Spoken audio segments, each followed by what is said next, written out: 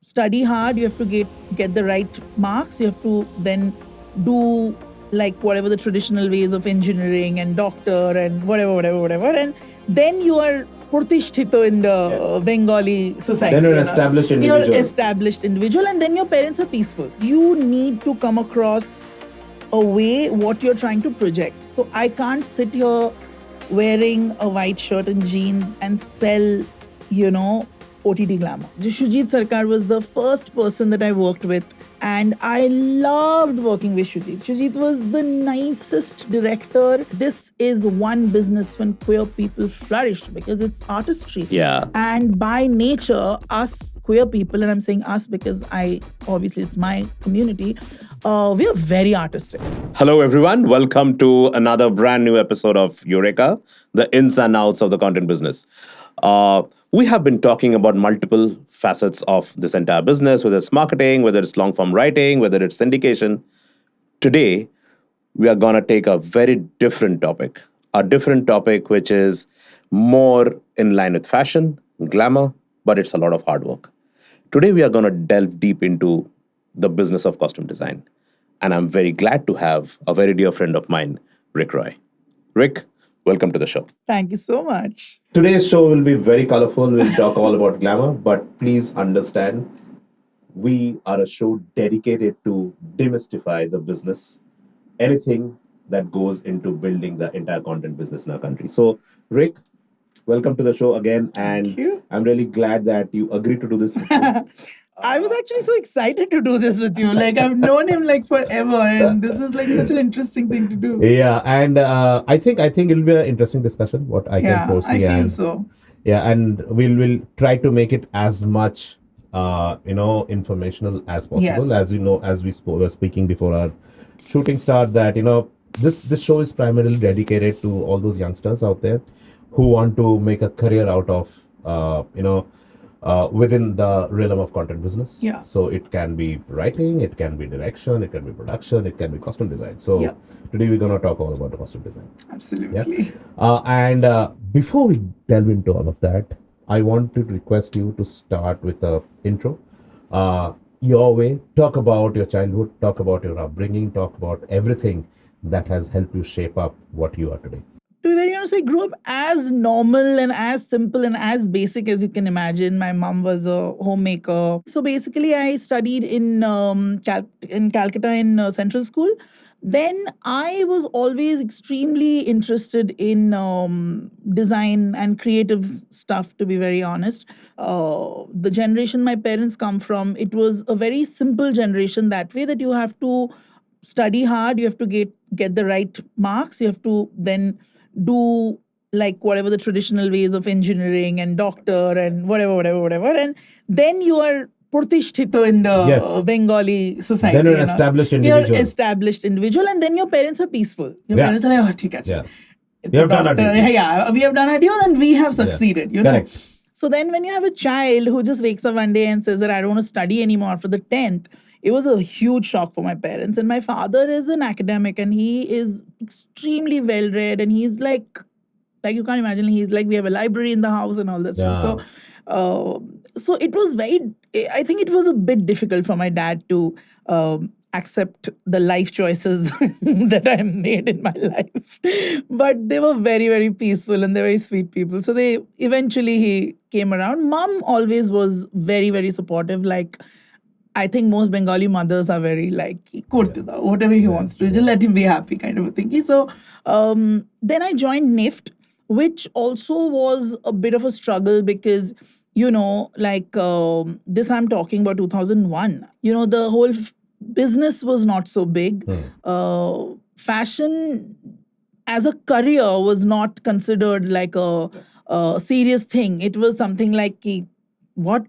That way, that sort of a thingy. But I was glad that my dad also had some kind of a sense where he said that I was a mad kid, to be very honest. So he said, see, if you just want to run away from studies and be a designer, then I'm not supporting it. But you have to prove it to me that you are serious about this. And if you can, then I will try and support you. And how I could was get an admission in NIFT, which was extremely, extremely difficult back in the days. Now, of course, I hear there are like Everyone's 100 doing it. courses and Yeah. everybody is NIFT.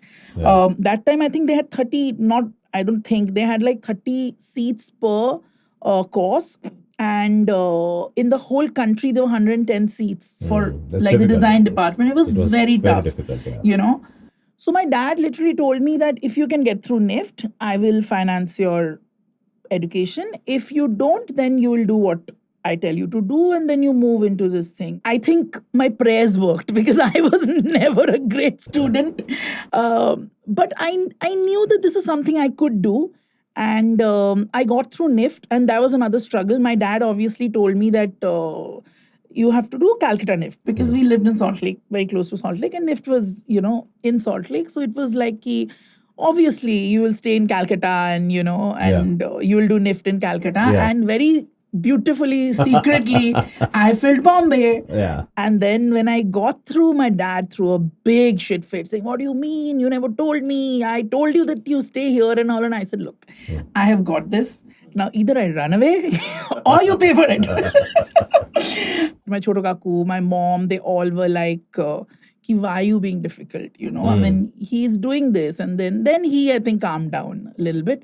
He understood my point of view. And I told him that if I want to do something, I want to move out and create an identity for myself, which I don't see it happening as long as I'm staying protected in my house. I needed to go out. And yeah, then he agreed, then came to Bombay, and the rest is history, literally. Like the craziest life that I have lived. Like sometimes even now when I look back and I think about the things that have happened and the things that I have done, I cannot tell you how exciting and interesting, at the same time scary, the life has been, in Bombay. When you came to Bombay, you finished your studies. Talk about that first break. Talk about how you got the opportunity, like a commercial opportunity. Like, did you get into in assisting someone? Talk about all of that. My first break was very interesting. So I used to be in NIFT, and there was this person called Vavi's Vacha Mehta. She was the biggest backstage coordinator back in the days, and now she's a choreographer, and she's a very big choreographer right now. So Vabs, so fashion weeks have just started, and fashion shows were very big back in the days, and I was a fashion student. So what Vabis used to do is she used to need backstage helpers. So she used to basically call us to backstage help, okay? That was my first ever 500 rupees that I made. And I cannot tell you, 500 rupees mattered a lot. Yep. And Vabi's was a very good paymaster. So she used to give us 500 bucks per evening to backstage help. I can't tell you that 500 rupees meant the world. It just felt like so much money. Then what happened was there was so there was this show for MTV called VJ Ki Khoj or something like that. So I was again backstage helping for the show and all that stuff. And there, another thing is that because I was Vav's favorite, so we would always get like these backstage passes for parties, okay, which all of them didn't get. So Vav's will be like, "Acha, take this, you go party," and all that stuff. So we finished that, and Vav's gave me a party pass, and she said, "Chal, will you go and you chill and then you go home and all." And at that party, I obviously was dancing on top of a bar wearing, and NIFT, and I was like one little skinny thing. And we used to make our own clothes, of course, because, you didn't have money to buy clothes. So we used to take stuff that we were doing in NIFT and we were creating. So I always created interesting clothes because I always believed that your branding is you, and you need to come across a way what you're trying to project. So I can't sit here wearing a white shirt and jeans and sell, OTT glamour, but that's not my branding. Correct. Works for many people, doesn't work for me. So for that, I used to make like very interesting clothes by myself. And I'm telling you this because that's what got me my first job. So I was dressed up like something. I don't even remember what I wore. And I was drunk, of course, dancing. And this lady who used to be she was a producer that time with In MTV. in MTV called Preeta Suktankar. She spotted me and she came and she said, "Are you a stylist?" And I didn't even know the word stylist. So I said, "What?" Obviously drunk. So she was like, "Maybe you call me tomorrow, okay? This is my number." So she gave me her number card. I remember she gave it to me. And then when I sobered up, I called her and I was like, "I got your number yesterday." She said, "Yeah, you're that boy who was dancing and I had purple hair even back in the days." Um, so I said, "Yes." And she said, "Why don't you come and meet me?" So I went and I met her. And she was like, "I would love you to work with MTV because I feel like you have a point of view and you're this thing." And, honestly, Tammy, I didn't even know anything. Okay. I was a student. I was like 17 years old. I told her that, but I don't know how to do this and I'm still in school. So she said, "Why don't you start assisting someone or do an internship kind of a thingy and we will figure out if you can do it. If you can't do it, no harm done. And if this works, then you'll get a job, right?" She was very sweet. So I said, "Okay." And she put me on to Poonam Damania. Puni is my first ever boss. She will hate me for saying it again. I love Poonam. She was my first ever boss. I basically shadowed her for, I think, 3 weeks and she got fed up of me because I was like this annoying assistant child who will be asking her questions every single. See, that's very important. You have to ask questions to your seniors. Yeah. And if it's a good senior, they will help you. And Poonam really, really did. Like she was fed up of answering me after 3 weeks. She went to the bosses and said, "This freak, keep him because I can't take him anymore. He's very good at what he does, but he chews my brains. Just give him the job." And that's how I got my first job in MTV from dancing on like wearing weird clothes and Tell me about the job. What was the job at? Back in the days, it was very different from what it was. So we had literally 3 stores in Bombay. There were only 3 shops which will give you clothes. And you had to go in. All music channels were very big, right? At that point, this was like MTV glory days. I'm talking like 2004 and 5 and on. We used to go to these 3 shops every day and pick up clothes and dress the VJs and then return clothes back. No assistant, nothing. We used to do that. And all other stylists were doing the same thing. So that was my job, being a stylist. And that was actually my first job. And then, of course, Malaika literally picked me up and then my life changed. And, that's a completely different. Talk about that. So in MTV, you were working with Malaika because she was a VJ? No, so I did not work with Malaika. I was not supposed to be Malaika's stylist, by the way. I was hired as a general junior stylist in this thing. And Preeta was doing a shoot with Malla, I still remember, with Milind Soman in Hyatt. I remember what she wore, what I said. Nice. And there was Hemant Trivedi. So I think Malla was interviewing Hemant and we were doing a photo shoot with Milind. And Malaika's stylist, I think she was sick or something. I don't know what fluke of nature it was, but Preeta said, "Listen, this person can't come, you handle it." And I was like, and this was my literally first week in MTV. And I was like, "Malaika and me, I don't know anything." She said, No, she's very sweet. You just pick up these clothes and you know what she wears, na? Just pick up stuff like that and just go on shoot. She's very lovely." And I entered her room. I still remember Malaika was wearing like this white cowl top and like these olive green capri pants, like capri cargos and these really beautiful heels. And she was so warm. She looked at me. She's like, "I've never seen you before." And I was like, "I just joined." She's like, "Oh, how sweet." She was so warm. It made me so comfortable. Then she said, "My stylist, I think, gave you the clothes, na?"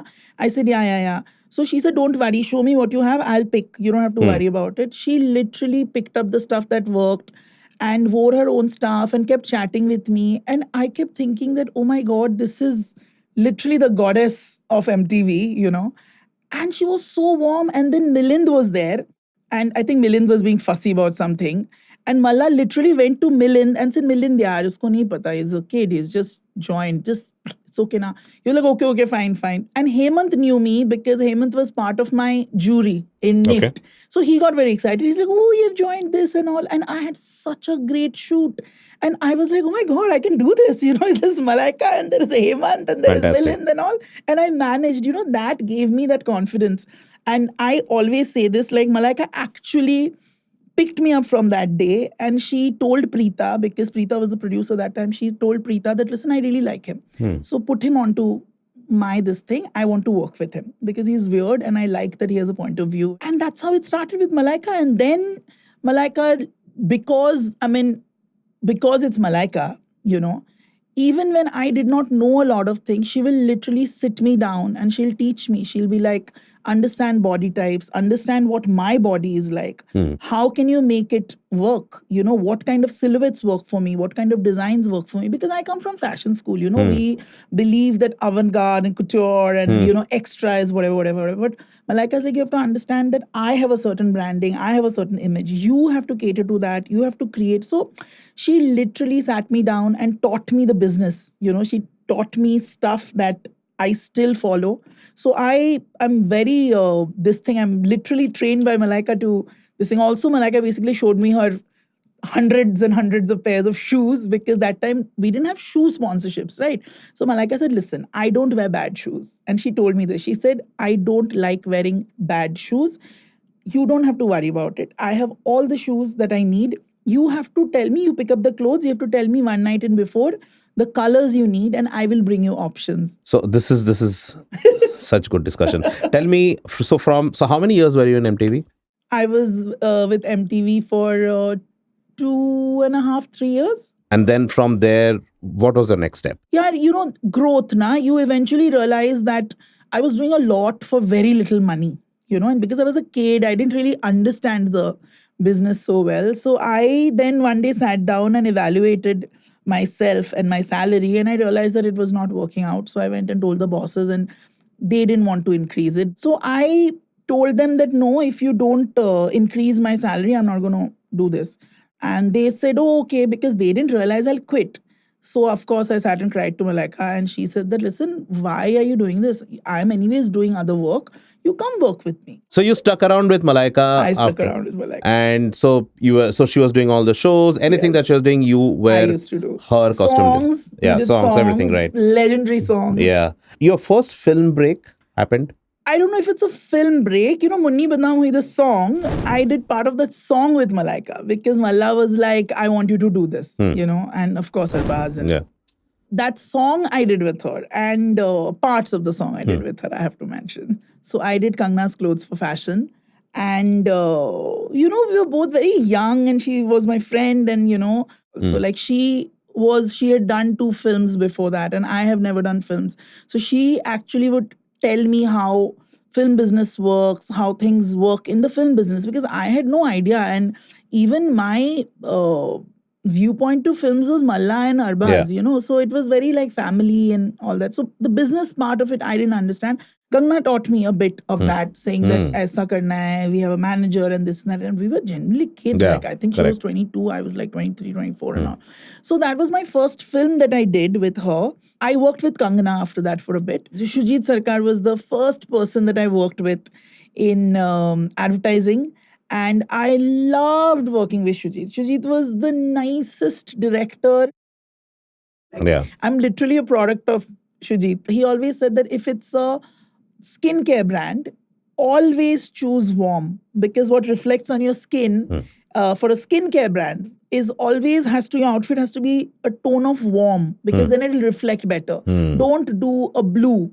Because it reflects differently. So those minute things, like the technicalities of it, I learned from Shujit. Again, it's so important to choose the correct mentors in your life, and also to give in, because what happens a lot of time, you're like, acha, mujhe to bahut pata hai. I was like, I have been with MTV, I know clothes, or I've been with this one, I've done films and all that stuff. But I was not that person, because I didn't know advertising, and I am very happy to get any knowledge I can from the person, So Shujit was that person for me in advertising. So I worked with Shujit for many, many years. And then films came back to me. Again, my God, all my stories mostly start with partying. So I had a party at my house, and me and my friends were chilling. And I get a call from Farah. And I know Farah, of course, through Malla and Arbaz and all that stuff.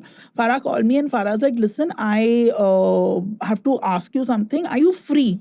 I said, yeah, for what? Because I've done Munni with her. And she said, Shirish is doing a film. And how funny it is, I had met Shirish like maybe a year before that at PVR with Farah only for some screening. And I knew Shirish was starting Joker. And I had seen Janeman and I said, no, I really loved Janeman. So if you ever want a designer, you tell me. Whatever. He said, yeah. Then obviously I forgot about it. Then Farah calls me and she's like, listen, Shirish's film is in a bit of a messy situation. Do it.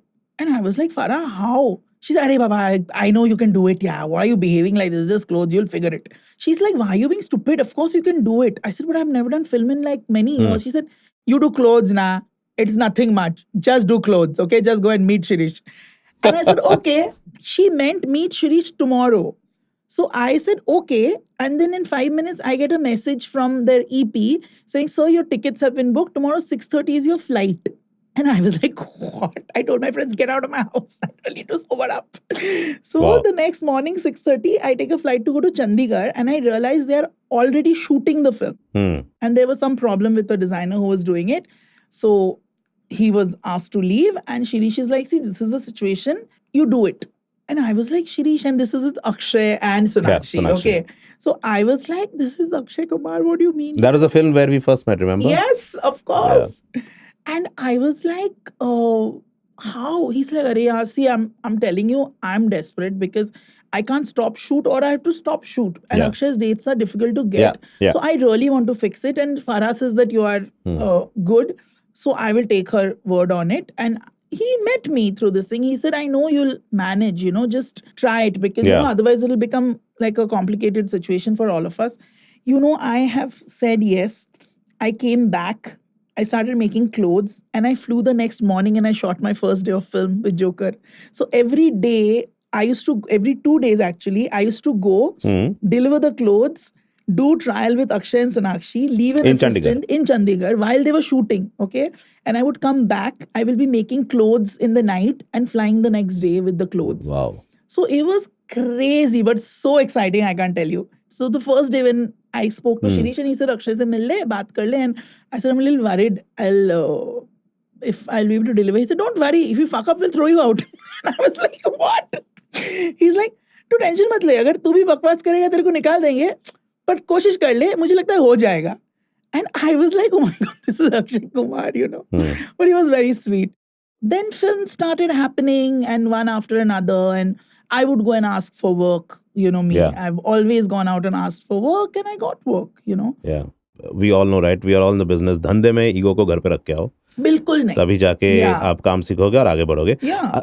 One interesting point through this discussion, Rick, is what I realized is that you have worked with celebs as their preferred costume designer. You worked with a channel, you have worked with a film, you have worked on advertising, right? What are some of the pieces that you have learned? Like, how does the business overall work besides you going and asking for work? If for a new fresher who's coming out of college from a NIFT, maybe coming out and they want to pursue this kind of career, besides the serendipity that happened with you of dancing drunk and then being picked by the right people. This industry obviously has a lot of luck included in it, but yes. but having said that, channelizing your energy towards doing the right things, and the hard work. Talk a little bit about that. Like, for example, how do you look at business? There is a relationship part which helps you obviously run your business, but from a hardcore businessman point of view, which is basically helping you pay your bills, helping you pay the salaries of your assistants. Talk about that. You have to work hard. You have to be smart. You don't have to be over smart. I feel it's very important to have that balance of honesty to your craft and hard work. The moment people say business, people think that you have to be ruthless, you have to be cutthroat, you have to basically undercut people and get the job.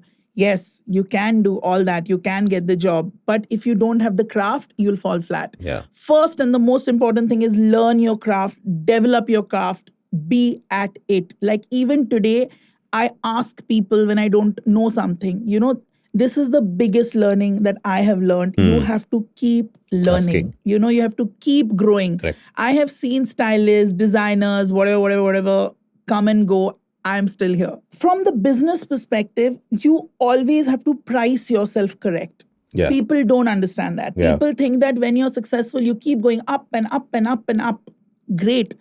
as I said, you need to understand your value, but it's very important to price yourself correct. Now, I'll tell you a problem that I face, okay? Because of exactly what you said, because of my personality, because of the way I've been projected in the media, and because of the way I have been all my life, I have always been considered more expensive than I am, to be very honest. And Perception. perception is that Rick is very big and Rick is very expensive. I literally had to work against it all my life because because as a strategy, I believe that I always have to be economical. I always have to be at par with the business, at par with the rates that's going on in the business. But my personality and my persona and my projection basically works against me. So that's one thing I always have to keep in mind and work against. But that is, again, something that I always keep in mind that, pricing it correct. What are you charging for what you're delivering? Secondly, what you need to understand is that deliveries, and you need to know what is being asked of you in any business. It's very important for me to understand that I do it beforehand. What happens mostly with people is they take up the job and then they decide ki arey yaar to fas gaye, I don't do that. I ask all the tough questions in the beginning of the job. I literally ask the hard questions because I believe that I'm bringing this to the table. It's worth this much. Okay. Now tell me what you can afford. I want to work with you. You want to work with me. In this much money, I can give you this much. Are you going to be okay with that? Yeah. This conversation needs to happen in the beginning. What happens is people get greedy and they say, yeah, kar lenge, sir, kar lenge. Then they'll be like, acha, itne paise mein to ye hoega, ye to nahi kar sakte. That becomes a problem. So my approach You is lose different, trust. which also works against me sometimes because a lot of people in the business like that ambiguity ki haan, Yeah, tumne kar kar lenge. liya, ye bhi kar lega, ho jayega. I don't believe in ho jayega. I believe in clarity. And that's how I've run my business all my life. I have had clarity from day one on every single job that I do. I don't say yes to jobs that I feel I will not be able to deliver. I have actually said no to big films for a single reason because I realize that what is being asked of me, I will not be able to deliver. And for me, that's, that will just sabotage my brand and I don't want to do it. Yeah. I need to know that I'm getting the job and I will be able to deliver 100% on the job. These are things that I really, really very strongly follow in my business. Two terms actually you kept on mentioning, and I want to understand the difference. Costume design versus styling. Oh my God, yes. Are they same? Are they No. different? So, costume designing is mostly for films or shows or any medium where you're telling a story through characters. Okay. Styling is a very big umbrella now. Styling has become personal styling, event styling, which is very different from costume designing. When you talk about styling in today's perspective, it's about a person getting in touch with the right brands and the right designers and bringing those pieces to you for the actors to choose from to wear at an event or wear at the airport or wherever you want it. So it's very different. You're not creating a character for the actor. You're servicing the actor. Creating a look for the actor where the actor looks like that person itself. So let's say if it's a film like A Houseful, where everybody needs to look glamorous. I've done Houseful, so I can generally tell you, everybody looks super fashionable, super cool, and blah, blah, blah. There's a hint of character in whatever, little bits of characteristic traits come into it and all that stuff. But more or less, it is something where all actors need to look glam, big. They are brought in for their thing, like that other Houseful had like a past and thing. And there it's different. But generally the look is that, or many films for that matter, where the actors come in and you make them look like they are there, Yeah. Wherein there are films like Vishal Bhardwaj films or let's say Imtiaz's films or even Kabir's films and all that stuff, where the actor doesn't need to look like the actor. The actor needs to look like the character. That's when a costume designer comes in. There you can't bring your own stylist and say मुझे तो jeans पहनना है क्योंकि मेरे ऊपर मेरे jeans बड़ा सुंदर लगता है. It's my job to create that look for you. Yeah. So that's the difference, and which Sadly, I think in our business is very mixed up right now because also, it's basically everybody wants the association with the right actors and all. So it's just a bit. Part of this business also needs you to have that relationship. Talk about the pros and cons of working in this business and maintaining those relationships.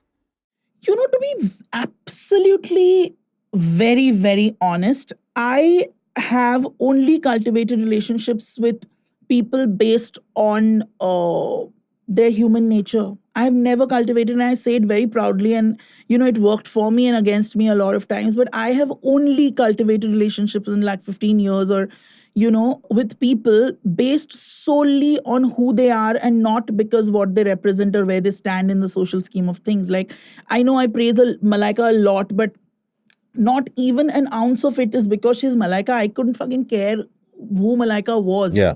For me, Malaika is a person who has done so much for me in my life. So I love her for what she represents in my life, not for her social this thing. I don't even work with Malaika, to be very honest. So I gain nothing out of her. I mean, yeah, she buys me lunches sometimes, but that's pretty much what I gain from her. But I know I keep hearing it from many, many people. My manager sometimes, my team sometimes, they keep saying that, oh, you need to maintain these relationships and all that stuff. But for me, I feel that I don't think you need to maintain a personal relationship with anyone for business purposes. I don't know how it makes sense. Like, I believe that what I bring to business is my craft, and what I bring to your life is me. So it's very simple. The people who are so called celebrities, who are friends with me because I like them for who they are. And I worked with a lot of big people who are not really my friends, but I worked with them and I worked very well with them because they were great craftsmen. I was a great craftsman, and we collaborated and created something great. I know people say that, personal relationships are very big in this business.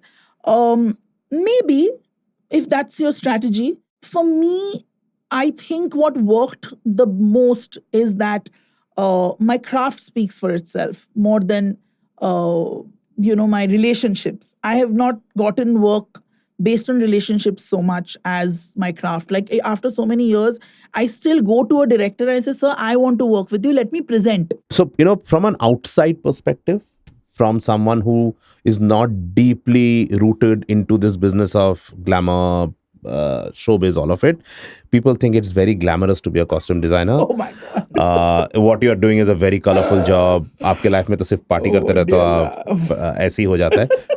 Please, I need a reality check from you for everyone who believes that. I can't tell you how different it is from what the perception of a designer's life is, or at least a costume designer's life is. Yes, I understand that it's looked at from the outside and it's considered to be all glamorous and great, and you hang with actors and this and that and all that stuff. It's truly so not that. It's only, let's say, 10% of my life is so-called glamorous. And also what happens is we project that, right? We show it on social media, you see posts and all that stuff. So that's more or less what is projected. But, being a designer is a lot of hard work. It's genuinely a lot of hard work. It is, if you see it in the true sense, it's not even a 9 to 5 job. It's literally like a 8:30 in the morning to whatever time it takes to deliver kind of a job, which people don't really sort of see or do understand, to be very honest. Like, there are days when we have worked for 3 days without sleeping. There is a lot of investment when it comes to your time, your talent, yourself, Yeah. which people don't see. They think that being an actor is very easy. Being a designer is anything to do with film business, people think is very easy Yeah. and very glamorous. It is far, far away from it. I told you, like, even as an actor, I just did an acting gig. I cannot tell you the hard work that goes behind it. Talk about that. Dil Dosti Dilemma, God, yeah. now streaming on Prime Video. Rick, for the first time as an Love actor. it. Thanks. How did it come to you? So, I was doing clothes for that show, right? I was hired as a designer for that show. And we had gone to Amazon for a meeting. And I did a presentation, and we already had somebody playing that part. It was like a legit part. And then when I came back, I left, of course. And then they had a discussion about somebody said that, listen, Rick should do this because it's perfect, like, and he'll be so good at it. So they thought it was a joke. But then Amazon actually seriously called and told them, or I don't know what conversation they had. They called me back saying, listen, will you do this? And I thought it was a joke. So I say, yeah, whatever, I'll charge money and this. And I just as a joke. Yeah. And the EP, Pranati, actually called me later saying, Baba, I was on a group call, so I didn't tell you, but listen, this is serious. Like, they really want you to do it. And I was like, are you serious? They want me to do it? And they were like, yeah, because they feel that you'll be very good at it. And we too obviously feel you'll be very good at it. And then I gave it a day and I was like, should I do it? Should I not do it? Can I do it? And then I was like, let's try it. Like, there's been so much other shit that I've tried in life and it's worked out. So might as well, and here I am after and it's been so good. In this industry, navigating in the industry in the current scheme of things, talk about a little bit about that and how this has inspired and influenced your creative choices and your creative process. Queer or my sexual preference happens to be just something. It's a part of my identity that is not my only identity. When you understand that, suddenly, a lot of pressure is lifted. Queer people are only seen as queer. That I see is this thing. And I guess a lot of people also project that, queer becomes their only identity. For me, what it is just a part of who I am. Yeah. I am so much more. I have so much more in my life going rather than just being queer. So I'm just clarifying it so that you understand, or everybody understands, that being queer doesn't mean that's the one thing that you are. It's a million other things and it's a part of it. So when you accept that about yourself, what happens is that you also understand that you are desensitizing yourself a little bit from a lot. Because, as a queer person, you go through a lot. We all make it look fun and whatever. A lot of it is our defense. We go through a lot of different things because it's, by the end of it, forget even Bombay. Bombay is still like Mumbai is so, and I work in a business which is so accepting of everything. It's still tough sometimes, it's still tough. So I think a lot of how queer people are is a lot of defense. We are only trying to survive with the strength and move forward and live the best life that we can live. That's how I see it. Being queer is not really a choice. It's not like I'm a vegetarian, I'm a gay man, Correct. So it's just like, to constantly make people understand it sometimes is a bit ridiculous. Thankfully, I work in a business which is very queer friendly. Yeah. To be very honest, my point of view I have to give you, this is one business when queer people flourish because it's artistry. Yeah. And by nature, us queer people, and I'm saying us because obviously it's my community, we are very artistic. You throw a queer person in anything which is to do with artistry, they will shine, because that's what we are. We are artists, So this is the business which gives you the opportunity to shine. And it has done that for me. I am here because I was supported, and that is so important for like any child, of course, and for a queer child, because you are already facing so much from outside. You need that support. Glad we discussed this. We are coming to the last section now. This section is dedicated purely to our young audiences and someone who wants to kind of venture into this world of costume design for films or series or for advertising. Like your piece of advice to all of them, how to start, where to start, or maybe just some motivation. I think where you start is technical knowledge. It's so important, guys. Like nobody, I cannot emphasize more on the fact that get technical knowledge of your craft. It's so important. Like you can always think that, I will manage, I'll do this, I'll do that. Yes, you will do all of it. Yes, experience teaches you everything. But having that technical knowledge goes such a long way. I cannot stress enough on the fact that you need to have technical knowledge of your craft, whatever it is. Learn. Go to any school, go to any design school, learn it first. Learn the basics, because when you come to the business, your growth will be that much quicker. And to be very fair, right now the business is saturated. The simple difference between me giving you a job versus another person a job is maybe I say something and you don't know what is draping, what is pattern The making. basics primarily. Secondly, be humble.